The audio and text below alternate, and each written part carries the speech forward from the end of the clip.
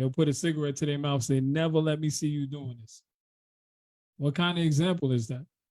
We can't live that way. As Muslims, we have to portray and we have to walk.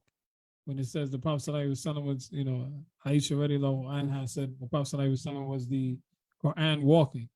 There's a reason for that. His example is something that we must take. Not that we should. It's not a suggestion. It's something that we must do.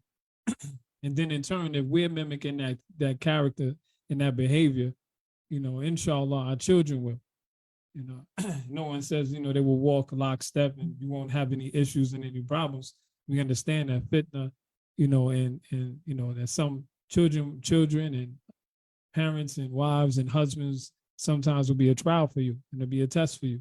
And we understand that part of it. But the first thing I would suggest, just talking to the Muslim parents in the room is you strengthen your relationship with your child. Make sure that you're talking, like the sister said, you talk to your child.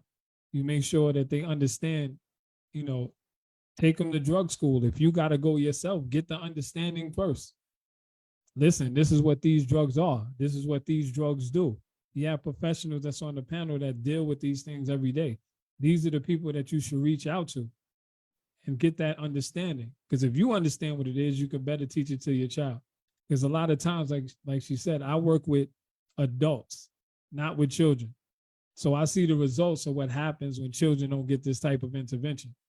And what happens is when you speak to them, the first thing they say to me, I didn't know what was going to happen. I just thought I was having fun. I was just hanging out with my boys and my girls or this, that, and the third. Not even to mention all of the, like you said, the trauma that started it in the first place. We just talking about what got them to this space. They already know, like, oh man, like nobody talked to me about this was going to stunt my mental and my emotional growth. Nobody spoke about that. Nobody said that it was going to destroy my pancreas. Nobody said anything about that. Nobody said anything about it killing my liver and having cirrhosis and all of these things. And full disclosure, I watched 2 grandparents die horribly from cirrhosis of the liver and emphysema. Horribly. We talking about knots on the head, can't walk up a flight of stairs, so obese at a point where you can't do anything. This is harsh, but it's a stark reality. If we don't get with our children and we don't invest in our kids and we don't have that sort of, that time, and we don't take that time out with our children, we can lose them to so many different things. And Shaitan is just waiting in the wings. And what we do is we hand them Shaitan. There's no doubt about it. And sometimes it's in the form of an iPad.